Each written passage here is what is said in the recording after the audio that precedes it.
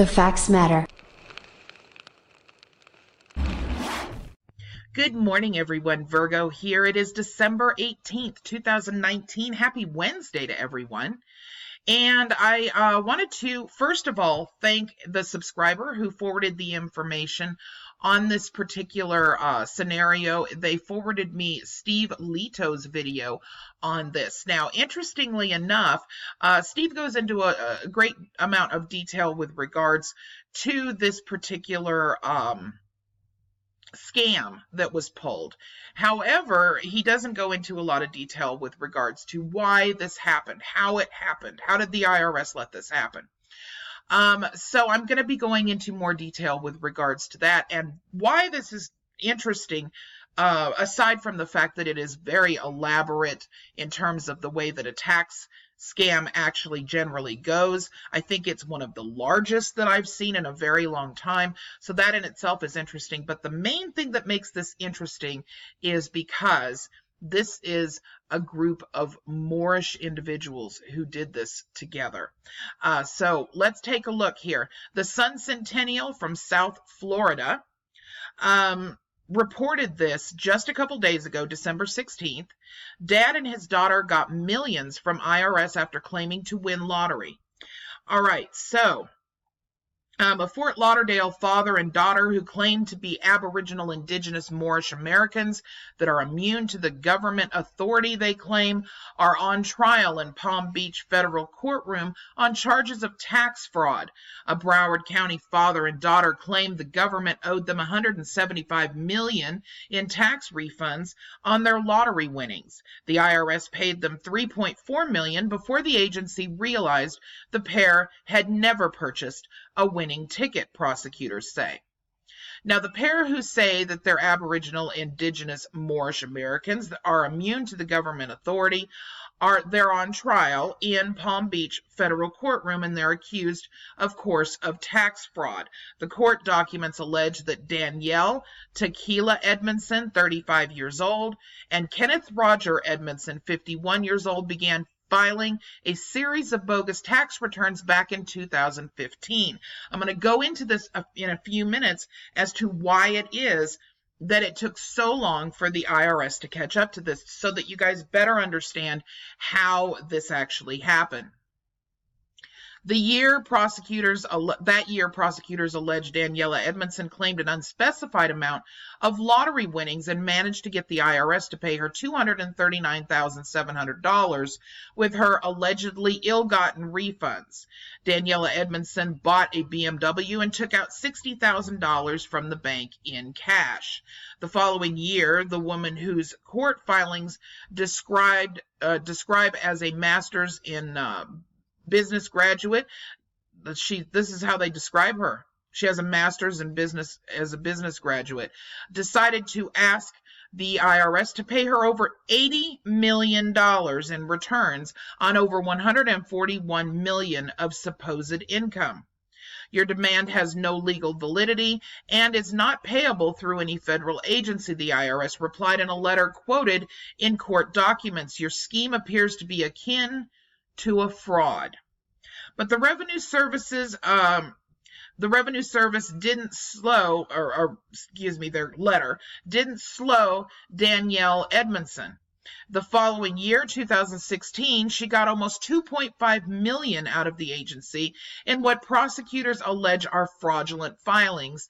And the following year, 2017, she asked for $9 million. Court documents explain that the IRS paid her father $750,000 in 2018 in what prosecutors allege was a similar scheme. All right, now I'm not going to go any further with this. I'm going to link it in the description for you guys to take a look at for yourselves. We will be following this article, but let me go into a little bit more detail with regards to filing of taxes. So it used to be, back before the days of internet, that you would have to fill out all of these forms, read the little booklets, try to figure out how to do your taxes properly for that year when everything had changed from the prior year, and it would take sometimes people weeks to get through them if they didn't hire a tax professional. And even when they did hire a tax professional, it was a very lengthy process, and it would take months to get the check mailed to you from the IRS because this was so time consuming. All right, so in the late 90s, they started doing e-files so that you could do everything online. TurboTax came out along with several other tax preparation pieces of software and made it virtually just extremely easy for people to file their own tax returns. Within that e-file system, this is how it works. Because there are millions of people filing taxes in the month of April and prior to January through April, the IRS set up a system that has to do with figures. If your figures are correct, your refund is processed. If your figures are not correct, your refund is rejected and you must go back and correct your figures.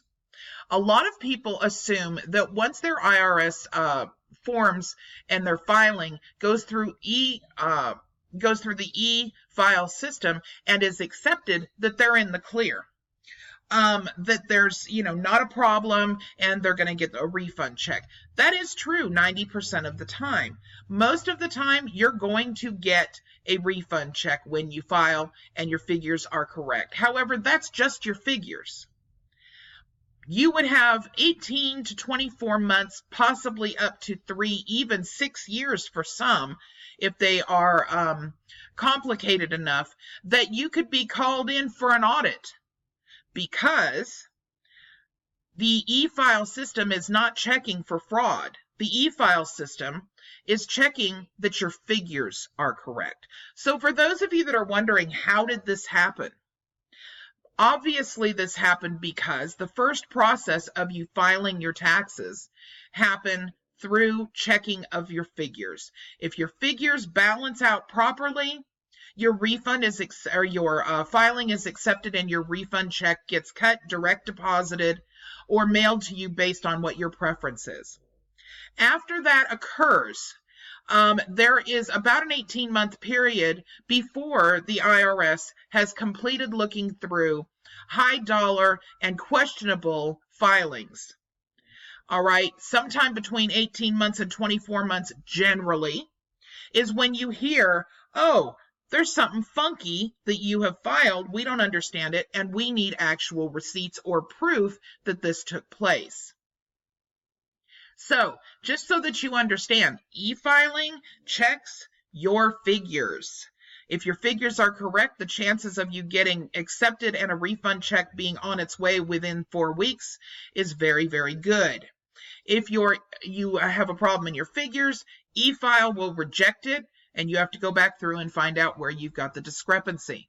It does not work the same if you file in paper form.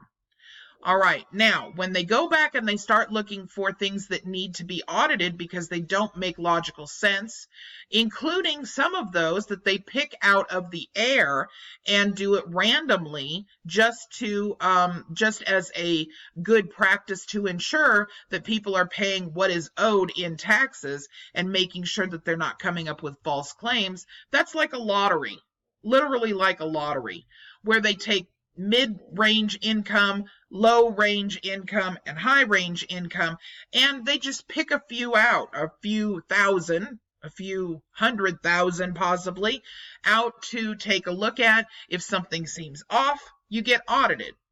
But with these high dollar returns like this, the chances of you getting audited raise by a lot, because they take it very seriously when someone's getting $1 million returns from the government and they want to see everything you've got. But it takes time, millions of people that file at the same time every year. And so it's not strange at all that it would take 3 or 4 years in order for this to occur and the IRS actually start looking into it. Now, once they have found something that that they feel you need to be audited for, the following years are up for grabs if you've already filed them, including all of the prior years. So 7 years back, 9 years back, they may pull everything you've ever actually filed that is within their system and not archived. All right, so just so that you're aware, that is how this kind of thing can happen.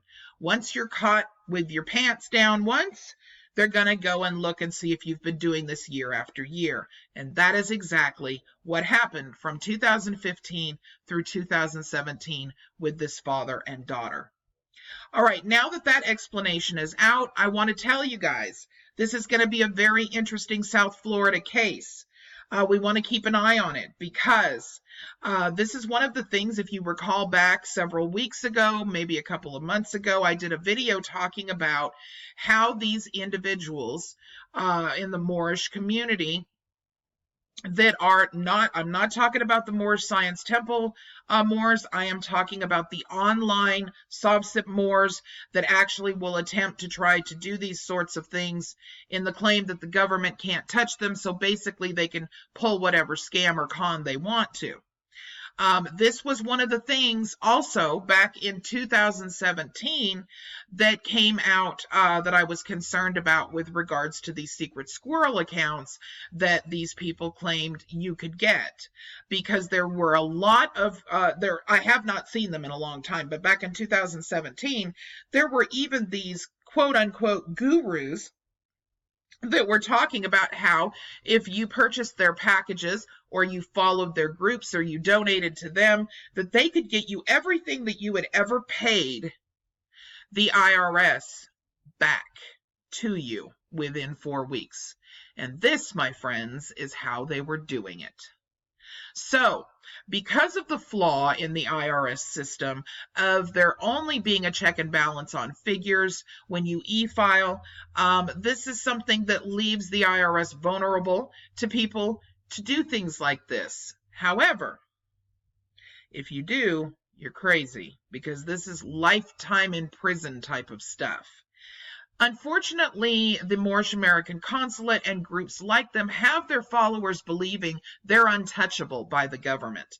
So, if they decide that they're going to do something illegal, such as rip off the IRS, they truthfully believe that the federal government has no jurisdiction over them and cannot touch them, so it doesn't matter whether or not they break the law. Of course, that's not true, as this father and daughter have now found out that are standing trial in Florida for this scam.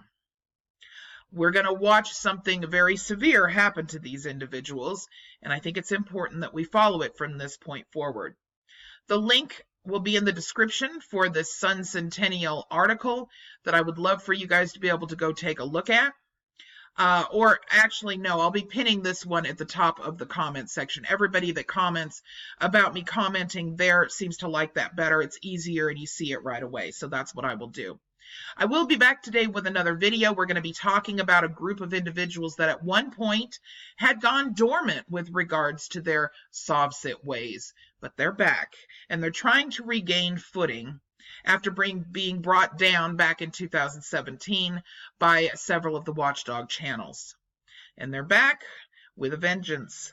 So that'll be interesting to take a look at. Also, later on this afternoon, just so that you guys are aware, we will be having a Patreon video go up to my patrons that give to my Virgo Triad Patreon account. For those of you that would like to see that, the link will be in on my communities page, and you can join for $1 and see all the previous mini docs along with this new one and all future ones should you remain a patron of at least $1 per month.